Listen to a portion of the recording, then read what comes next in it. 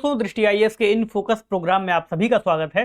मेरा नाम हिमांशु है। आज हम यहाँ पर एक बहुत ही महत्वपूर्ण मुद्दे पर चर्चा करेंगे, क्योंकि आप सभी लोग जानते हैं कि इंटरनेट का उपयोग किसी भी व्यक्ति के लिए बहुत ज़्यादा महत्वपूर्ण होता है। अपने दैनिक जीवन में कोई एप्लीकेशन हो, खाना ऑर्डर करना हो, कोई कैब बुक करनी हो, कोई ऑनलाइन क्लास लेनी हो, या फिर बहुत सारे ऐसे काम हो सकते हैं, किसी को हमें फंड ट्रांसफ़र करना हो। कई सारे ऐसे काम होते हैं जो हम डेली बेसिस पर इंटरनेट पर ही करते हैं। इसके अलावा ये तो दैनिक जीवन के उपयोग के काम हुए।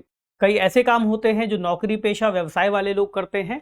तो कहा जा सकता है कि इंटरनेट अपने आप में बहुत ज़्यादा महत्वपूर्ण और एक ऐसी सुविधा है जो किसी भी व्यक्ति के दैनिक जीवन को बहुत ज़्यादा प्रभावित करती है और मूल रूप से जुड़ी हुई है। तो आज के सेशन में हम इस पूरे मुद्दे पर बात करेंगे कि क्या नेटबंदी मौलिक अधिकारों का उल्लंघन है। ऐसा क्यों कहा जा रहा है? क्योंकि पिछले काफ़ी समय से कई सारी राज्य सरकारों या केंद्र सरकार के अंतर्गत ऐसे मामले देखने को मिले हैं जहां पर उन्होंने इंटरनेट के ऊपर आंशिक या पूर्ण रूप से प्रतिबंध लगा दिया हो। इस प्रतिबंध लगाए जाने के कई सारे आधार हो सकते हैं, कई सारे आधार बताए भी हैं उन्होंने।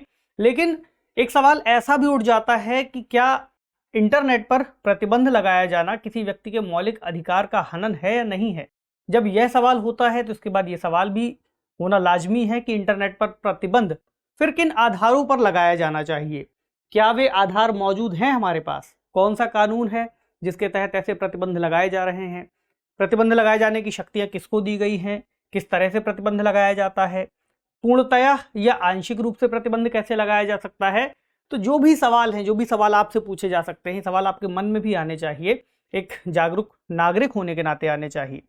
तो इस समय यह मामला क्यों चर्चा में है? क्योंकि बीते कुछ समय पहले जब आपने सुना होगा कि उदयपुर में किसी व्यक्ति की काफ़ी ज़्यादा बर्बरतापूर्वक हत्या कर दी गई और ऑन कैमरा इसको रिकॉर्ड किया गया। उसके बाद राजस्थान सरकार ने, चूंकि यह मामला अपने आप में बहुत तेज़ी से बढ़ रहा था, वायरल हो रहा था, तो इस पर अलग अलग तरह की लोगों की प्रतिक्रिया भी आ रही थी। तो इस मामले पर सरकार ने एक कदम उठाते हुए जो इंटरनेट की व्यवस्था थी उसको ठप कर दिया। तो इंटरनेट की व्यवस्था ठप किए जाने के पीछे जो कारण थे वे प्रशासनिक हो सकते हैं, कानून व्यवस्था को लेकर के हो सकते हैं। पूरा मामला आज हम यहाँ पर डिस्कस करेंगे और इस पर हमारा प्रमुख फोकस भी है।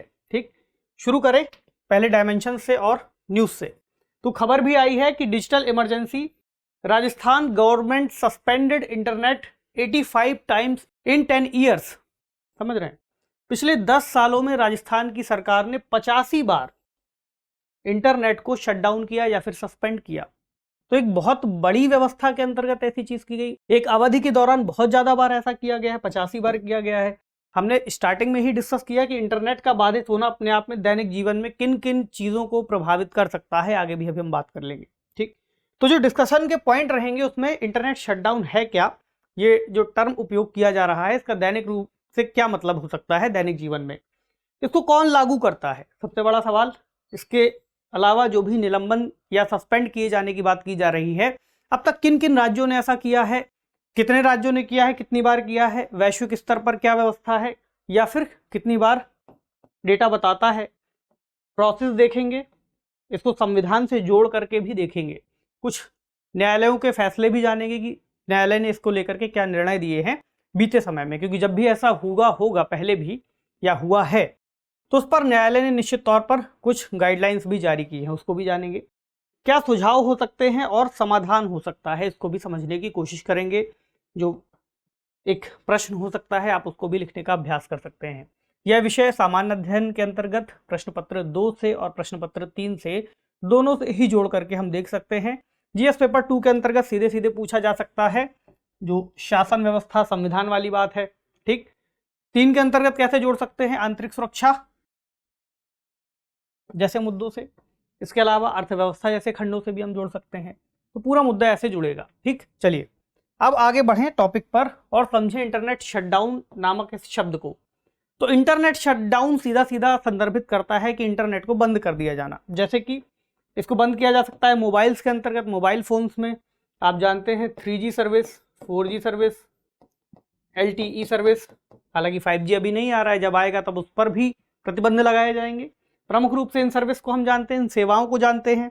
ब्रॉडबैंड के लेवल पर किसे जानते हैं हम, जैसे वायर्ड कनेक्शन हो गए या फिर वायरलेस कनेक्शन हो गए, जैसे डायल अप, या फिर हम कहें कि आप कोई भी अपना जो वायरलेस ब्रॉडबैंड यूज़ कर रहे हैं इंटरनेट की सेवा ले रहे हैं उसके अंतर्गत, इनको बाधित कर दिया जाएगा। अब आप कोई भी इंटरनेट उपयोग नहीं कर पाएंगे। कौन करता है ऐसा, कौन लागू करता है? सिंपल सी बात है, राज्य के अंतर्गत सरकार संप्रभु है, तो सरकार ऐसे निर्णय ले सकती है। कौन सी? केंद्र सरकार भी, राज्य सरकार भी, दोनों ही सरकारें ऐसे निर्णय ले सकती हैं। कब कब ऐसा काम किया गया इसको भी देखें, फिर हम आगे इस चीज को और अच्छे से समझ पाएंगे। क्योंकि आधिकारिक डेटा बहुत ज्यादा हमारे पास उपलब्ध नहीं है, सरकारों के अंतर्गत ऐसे डेटा उपलब्ध नहीं कराए गए हैं, इसलिए जो प्राइवेट संस्थाएं हैं वो कुछ ऐसे डेटा उपलब्ध कराती हैं। जैसे एक का नाम हम ले सकते हैं, सॉफ्टवेयर फ्रीडम लॉ सेंटर। इनके डेटा बताते हैं कि 2012 से अभी तक भारत में 665 बार इंटरनेट शटडाउन किया गया है और 2022 में ऐसे 59 शटडाउन्स देखे गए हैं। ठीक, तो एक बड़ी संख्या बताई गई है। और इसमें भी जो सबसे ज्यादा प्रभावित क्षेत्र रहा है वो है जम्मू कश्मीर का। तो जम्मू कश्मीर में 2012 के बाद से 411 से अधिक बार शटडाउन देखा गया है, यानी कि इस 665 में से एक बड़ी संख्या केवल जम्मू कश्मीर के लिए है। हालांकि वहां की स्थितियां अक्सर ऐसी रहती हैं, खराब रहती हैं, या लॉ एंड ऑर्डर की चुनौती रहती है। इसके अलावा जब जम्मू कश्मीर की विशेष स्थिति को बदला गया था या खत्म किया गया था, तब 552 दिनों से अधिक समय तक ये शटडाउन चला था। हालांकि सरकार का पक्ष अपनी जगह सही हो सकता है कि वहां पर कानून व्यवस्था को बनाए रखना आवश्यक है, लेकिन जब सवाल मौलिक अधिकारों के स्तर पर आएगा और मामला सुप्रीम कोर्ट के पास जाएगा, तो उन्होंने भी इस पर काफी सारे जो वर्डिक्ट हैं वो दिए हैं। इसको अभी हम आगे देखेंगे। राज्यों के स्तर पर देखें, मतलब जम्मू कश्मीर चूंकि अब अलग दर्जा हो गया है, तो राज्यों में अगर देखें तो राजस्थान इस वक्त पहले नंबर पर देखा जा सकता है। ओवरऑल देखेंगे तो जम्मू कश्मीर पहले पर है, राज्यों की सूची में राजस्थान पहले नंबर पर आता है, जहां लगभग 10 सालों में 88 मामले ऐसे देखे गए हैं। अब बात करें जम्मू कश्मीर और कुछ अलग अलग राज्यों की मैप वार हम देख लें। 2019 का डेटा क्या बताता है? टोटल 167 बार ऐसा किया गया और जम्मू कश्मीर में यहाँ पर संख्या सबसे ज्यादा दिख रही है। राजस्थान में 18 बार, उत्तर प्रदेश में 11 बार और असम में भी इस तरह की बहुत ज्यादा इंसर्जेंसीज को लेकर के अक्सर ऐसा शटडाउन किया जाता है। विश्व स्तर पर अगर देखें तो 2020 का डेटा बताता है कि 29 देशों में शटडाउन किए गए थे या फिर स्लो किया गया था। 109 बार भारत में ऐसा किया गया, उसके बाद 6 बार यमन में, 4 बार इथोपिया में, 3 बार जॉर्डन। मतलब अंतर देख सकते हैं कि बहुत ज्यादा है भारत में। तो भारत उन देशों में शामिल है जो सबसे ज्यादा शटडाउन के मामले लेकर के आता है। हालांकि इसमें एक समस्या ये भी होती है कि कई बार ये पता ही नहीं चल पाता कि इंटरनेट शटडाउन हुआ है या फिर इंटरनेट की स्पीड स्लो आ रही है, यानी आंशिक रूप से शटडाउन किया गया है या स्लो डाउन किया गया है। तो ऐसे पुष्टियां होना अपने आप में कई बार पता नहीं चल पाता। कारण क्या है? क्या कारण है कि सरकार ऐसा करती है? जैसे कि पहला कारण तो यही है कि जब भी कोई ऐसी घटना घटित होती है जिसका प्रभाव पूरे समाज पर पड़ सकता है और सामाजिक रूप से जो उसकी प्रतिक्रिया है बहुत ज्यादा उग्र हो सकती है, उससे किसी खास समुदाय को नुकसान हो सकता है या समाज के एक बड़े वर्ग को नुकसान हो सकता है, हम कहें गलत सूचना और अफवाहों को रोकने के लिए अक्सर शटडाउन का उपयोग करती है सरकार। इसके अलावा कुछ ऐसे भी मामले देखे गए हैं जो बहुत बड़े स्तर पर नहीं है, लेकिन फिर भी उसके बावजूद शटडाउन किया गया है। जैसे राजस्थान के अगर कुछ मामले देखें तो वहां उन्होंने बताया कि आरक्षण के लिए जब गुर्जर समुदाय विरोध प्रदर्शन कर रहा था तब शटडाउन करना पड़ा। इसके अलावा कुछ परीक्षाओं में नकल रोकने के लिए भी ऐसा किया गया। राजस्थान के अंतर्गत जो एलिजिबिलिटी एग्जामिनेशन टेस्ट होता है टीचर्स के लिए, उसको लेकर भी ऐसा किया गया। इसके अलावा कानून व्यवस्था को लेकर के ऐसा किया जाता है। जब भी ऐसी कोई समस्या आती है कि उग्र भाषण या उग्र संदेश एक जगह से दूसरी जगह पर समुदायों में फेसबुक के जरिए, ट्विटर के जरिए, व्हाट्सएप के जरिए प्रसारित हो सकते हैं, तब ऐसा देखने को मिलता है। इसके अलावा समुदायों के बीच शांति बनाए रखने के लिए ऐसा किया जाता है। जो कुछ तर्क हैं जो सरकार ने दिए हैं, लेकिन इससे समस्या भी आती है। समस्या क्या आती है? पहला तो यही कि राष्ट्रीय सुरक्षा के लिए कुछ समस्याएं या चुनौतियां बन सकती हैं। अगला, प्रेस की स्वतंत्रता बाधित होती है। मान लीजिए अगर हम राजस्थान के केस में देखें तो शटडाउन हुआ पड़ा है वहां पर, ठीक। ऐसे में जो लोग एक सामान्य, अगर आप दैनिक जीवन को देखेंगे, मान लीजिए कोई विद्यार्थी है, उसको एक स्थान से दूसरे स्थान तक जाना है, उसको कैब बुक करने में दिक्कत आएगी। कोई बच्चा ऑनलाइन क्लास कर रहा है, उसको क्लास करने में दिक्कत आएगी।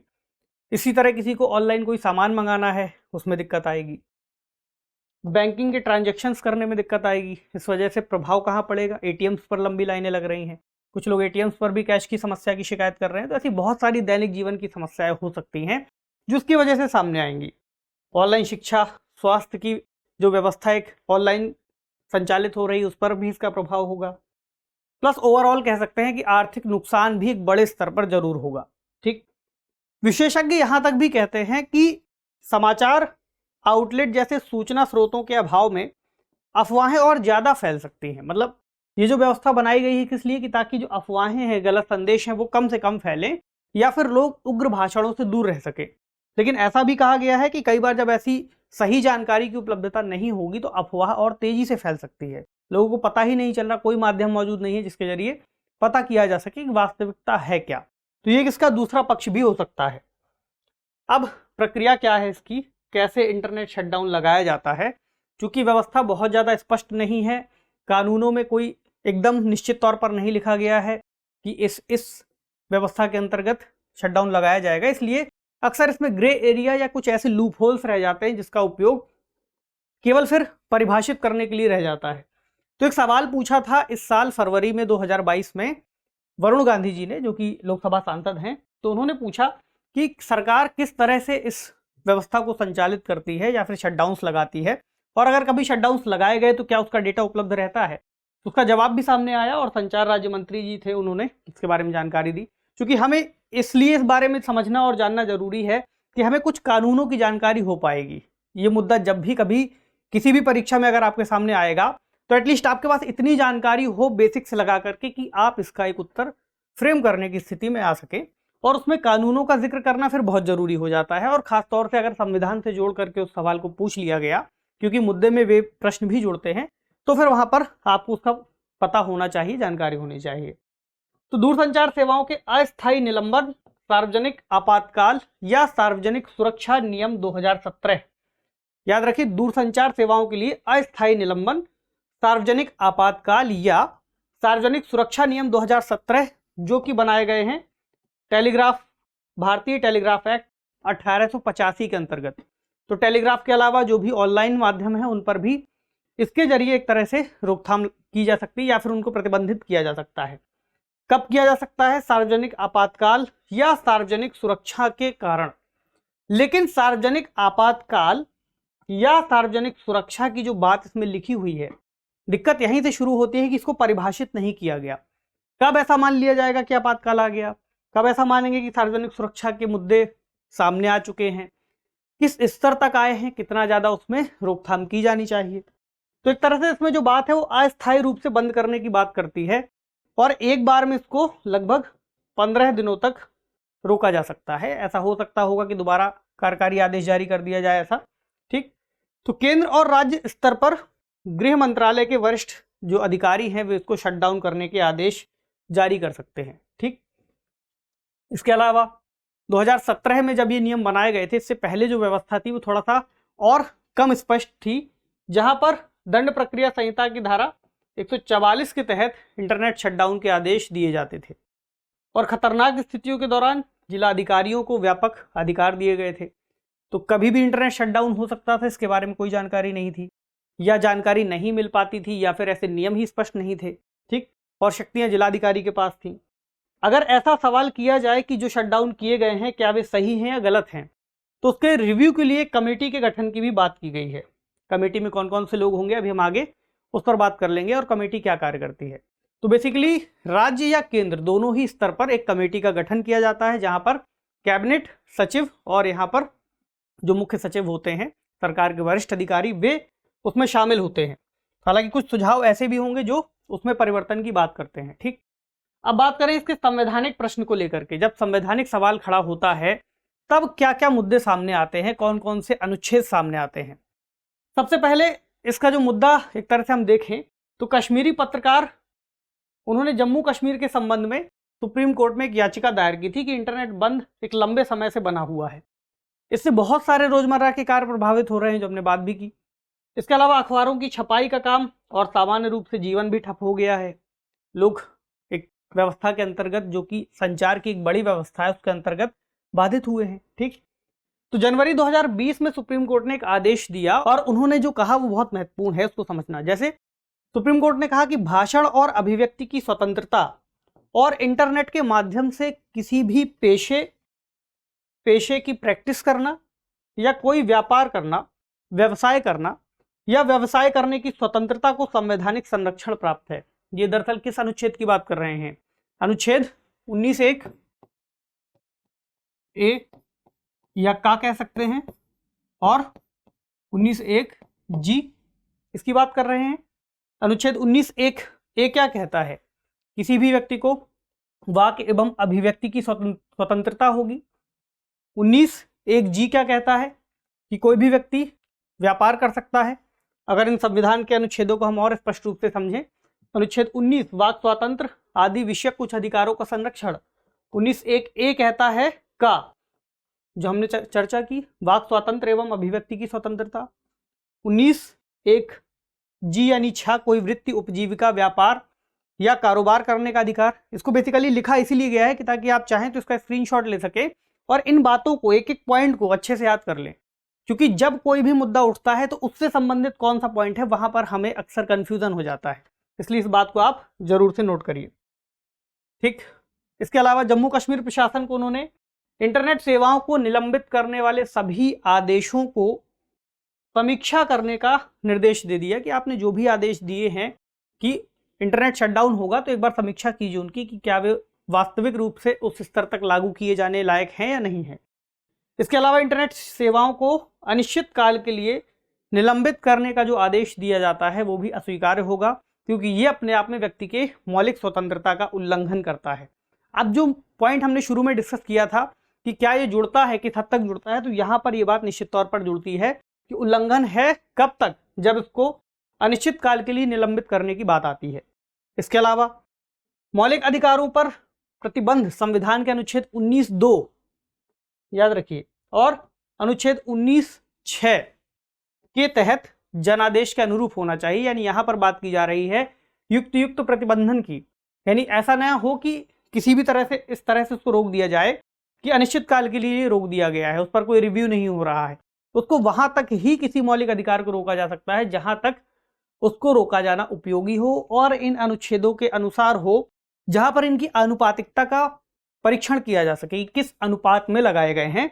अनुच्छेद 19(2) जो कि कहता है कब लगाया जा सकता है? भारत की प्रभुता और अखंडता, राज्य की सुरक्षा, विदेशी राज्यों के साथ मैत्रीपूर्ण संबंध, लोक व्यवस्था, शिष्टाचार या सदाचार के हितों के लिए, न्यायालय की अवमानना के लिए, मानहानि या अपराध को उद्दीपित करने के लिए या एक तरह से अपराध के लिए प्रेरित करने के लिए।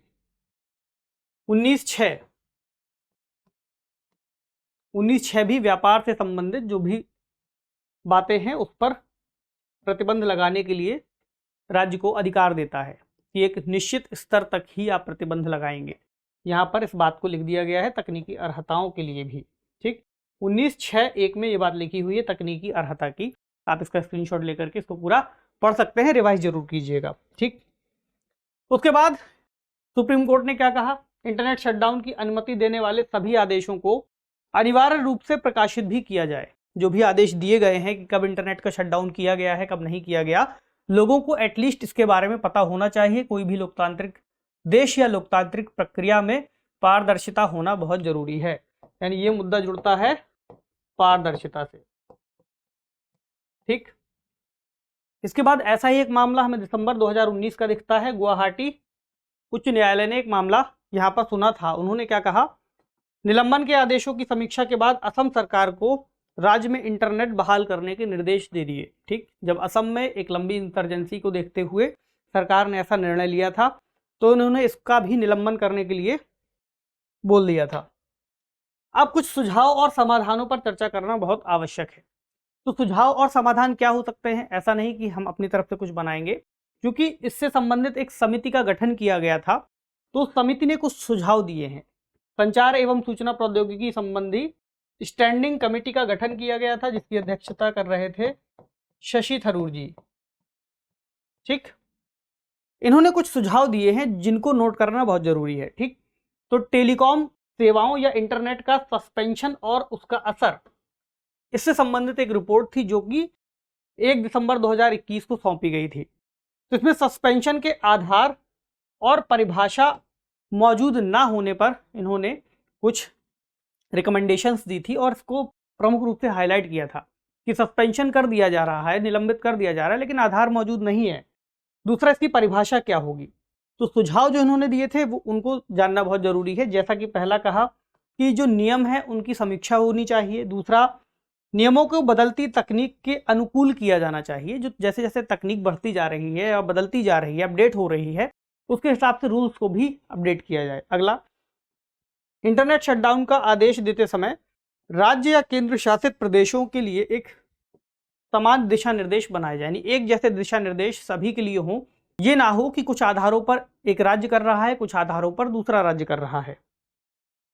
इसके अलावा ऐसे स्पष्ट मानदंडों को संहिताबद्ध करना चाहिए जो सार्वजनिक आपातकाल और सार्वजनिक सुरक्षा के रूप में स्थापित है। यानी जब भी ऐसी बात आती है कि सार्वजनिक आपातकाल की स्थिति आ गई है, सार्वजनिक सुरक्षा की स्थिति आ गई है, तो मानदंड तो पता होने चाहिए कि किस आधार पर आ गई है। ठीक।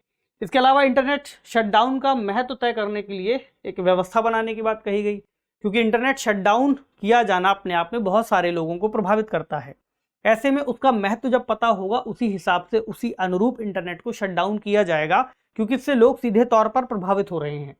इसके अलावा कुछ सेवाओं के इस्तेमाल पर चुनिंदा पाबंदी लगाने की भी इन्होंने एक नीति बनाने की बात कही। चुनिंदा पाबंदी का मतलब ये हुआ कि मान लीजिए इंटरनेट व्यवस्था के अंतर्गत किसी सोशल मीडिया प्लेटफॉर्म पर कोई ऐसी बात वायरल हो जाने या फिर कुछ ऐसे संदेश प्रसारित हो जाने का डर है, उससे लोक व्यवस्था खराब हो सकती है।